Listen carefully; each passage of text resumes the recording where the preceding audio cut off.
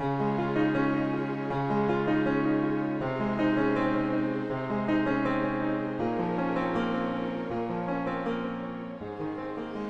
et bienvenue chez l'Art du fait maison. Bonjour, bonjour. Aujourd'hui, on aimerait vous amener un tout petit peu avec nous et parler d'autonomie. D'une part, un peu des débuts, comment tout a commencé, comment cette idée nous est venue.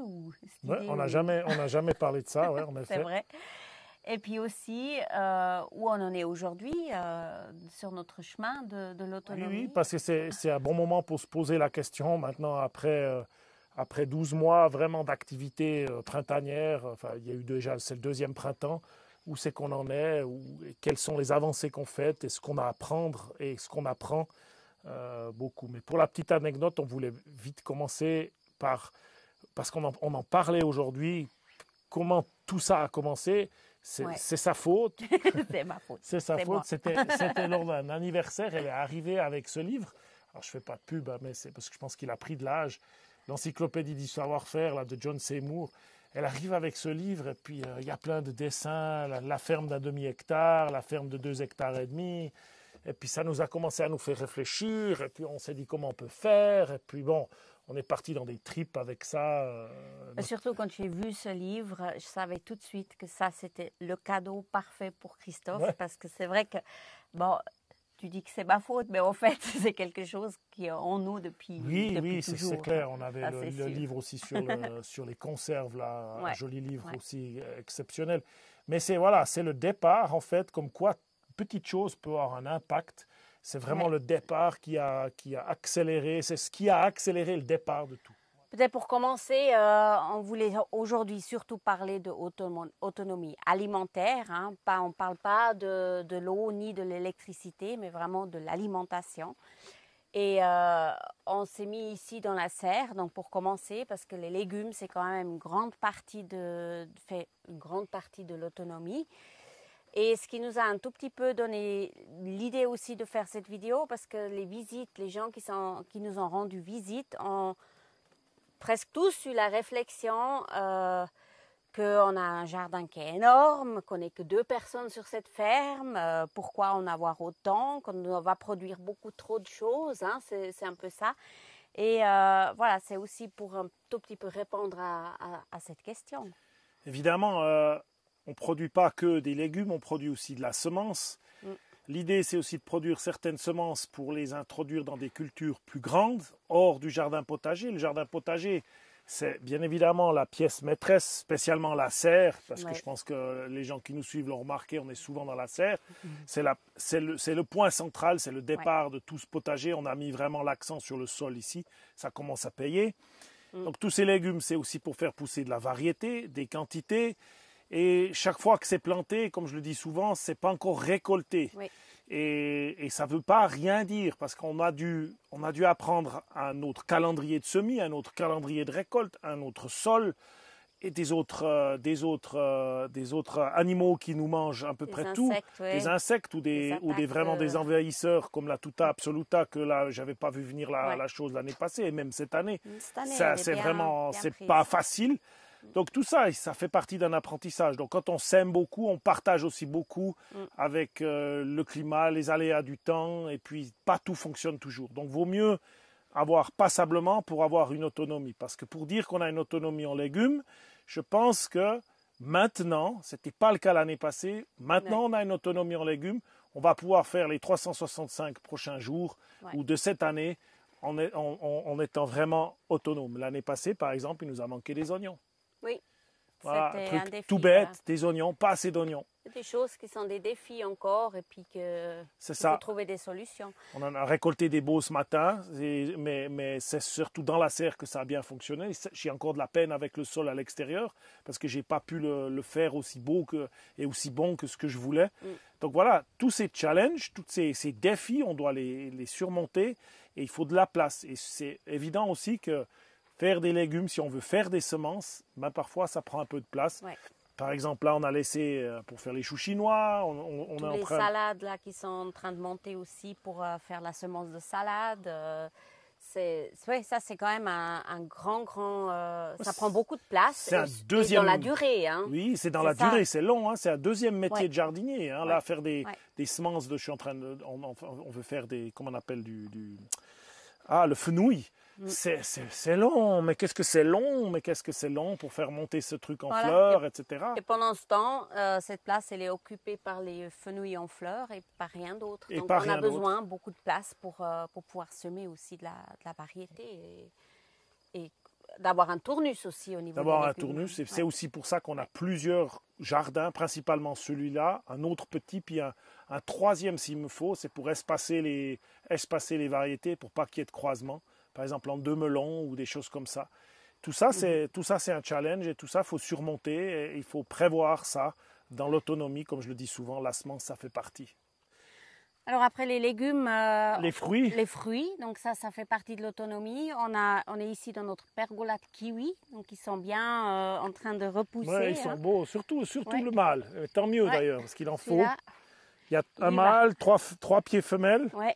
Ils sont tous magnifiques, ils ont tous repris. Voilà quelque chose aussi qu'il faut penser quand on plante des fruits. Alors, on a la chance d'avoir une variété énorme de fruits. On en a cité souvent dans les vidéos. Donc, les classiques, il y a les kiwis, il y a encore des fruits plus exotiques. On ne peut pas faire les fruits tropicaux qui ne supportent pas le gel. Mais disons que jusqu'à l'avocat, ça tient. Bien qu'il faut un petit peu le protéger. Surtout, c'est du soleil. Parce que le soleil violent, il n'aime pas trop ça, l'avocat. Et puis surtout, les fruits, il faut penser que l'idéal, c'est d'en avoir quand même 12 mois sur 12. Oui, toute l'année. Alors, on a de la chance d'avoir des agrumes. Ah, ça couvre bien l'hiver.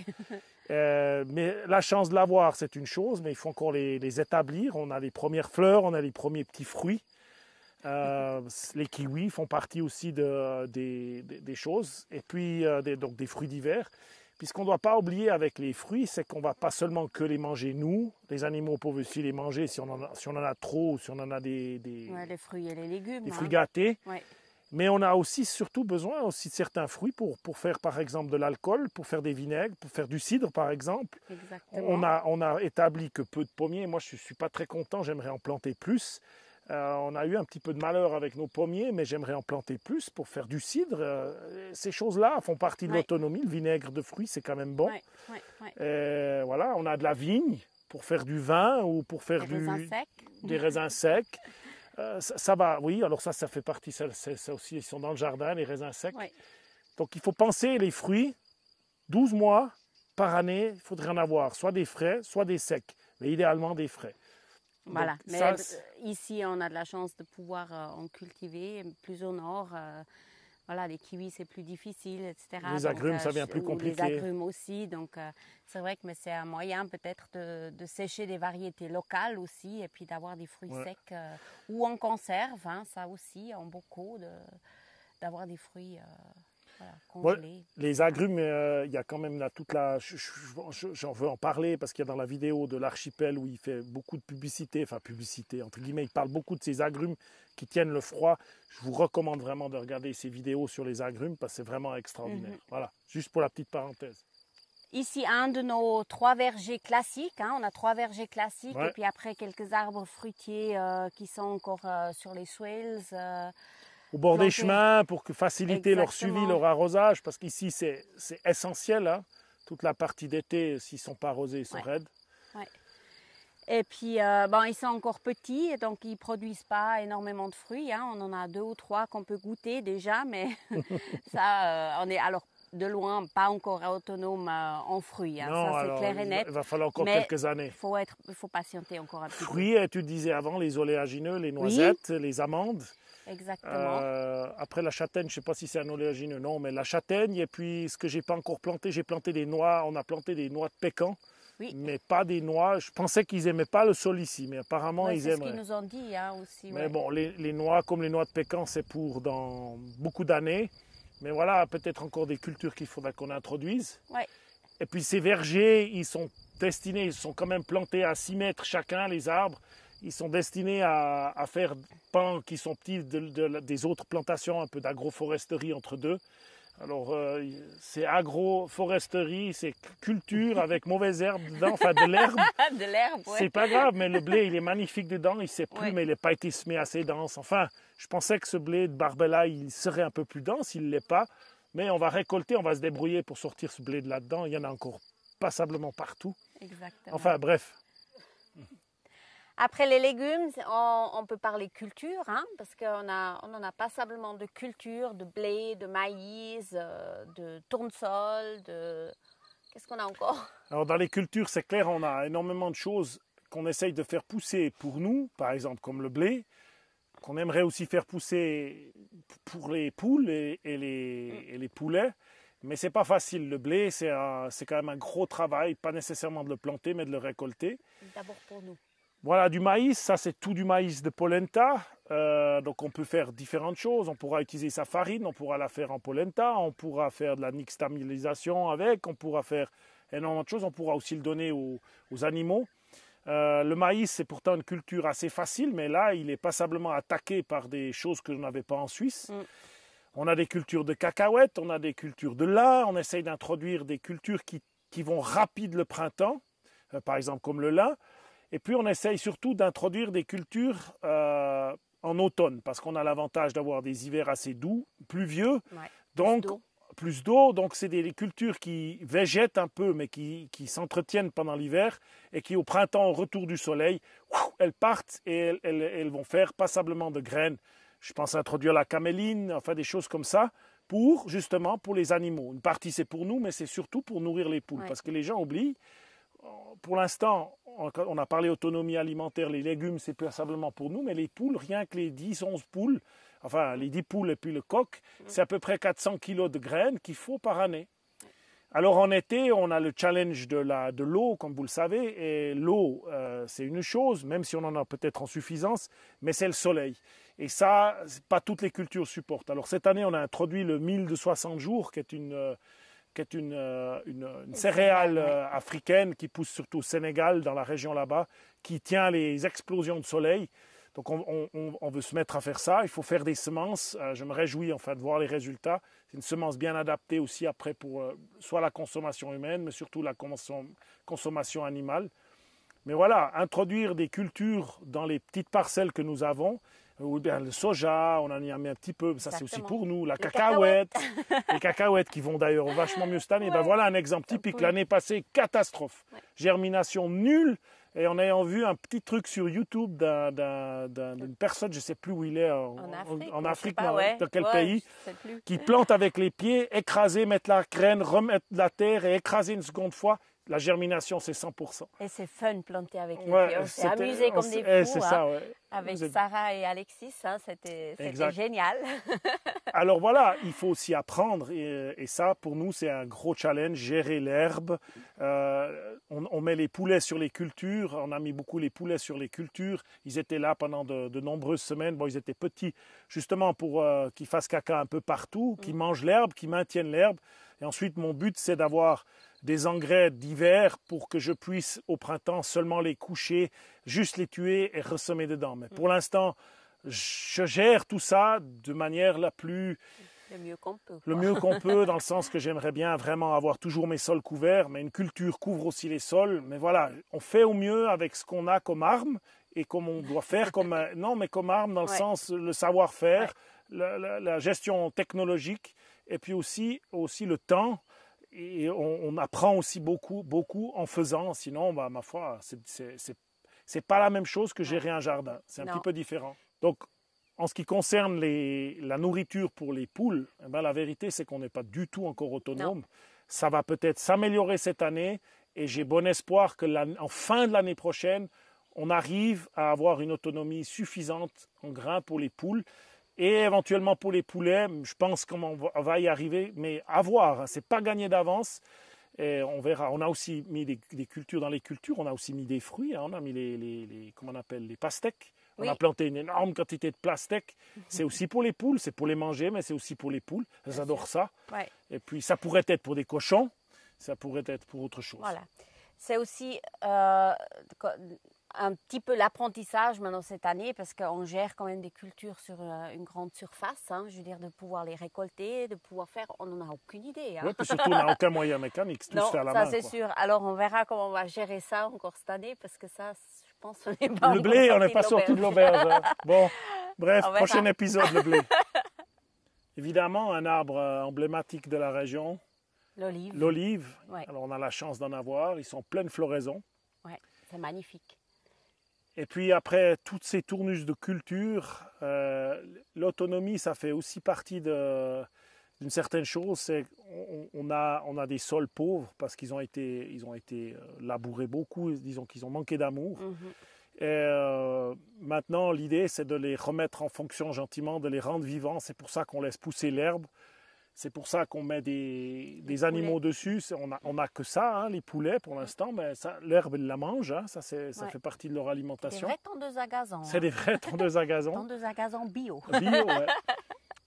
On fait ça parce qu'on peut aussi mettre des cultures, surtout d'automne, après la récolte des olives. On peut encore introduire des cultures ou bien par exemple mettre des pois chiches, des cultures de pois chiches.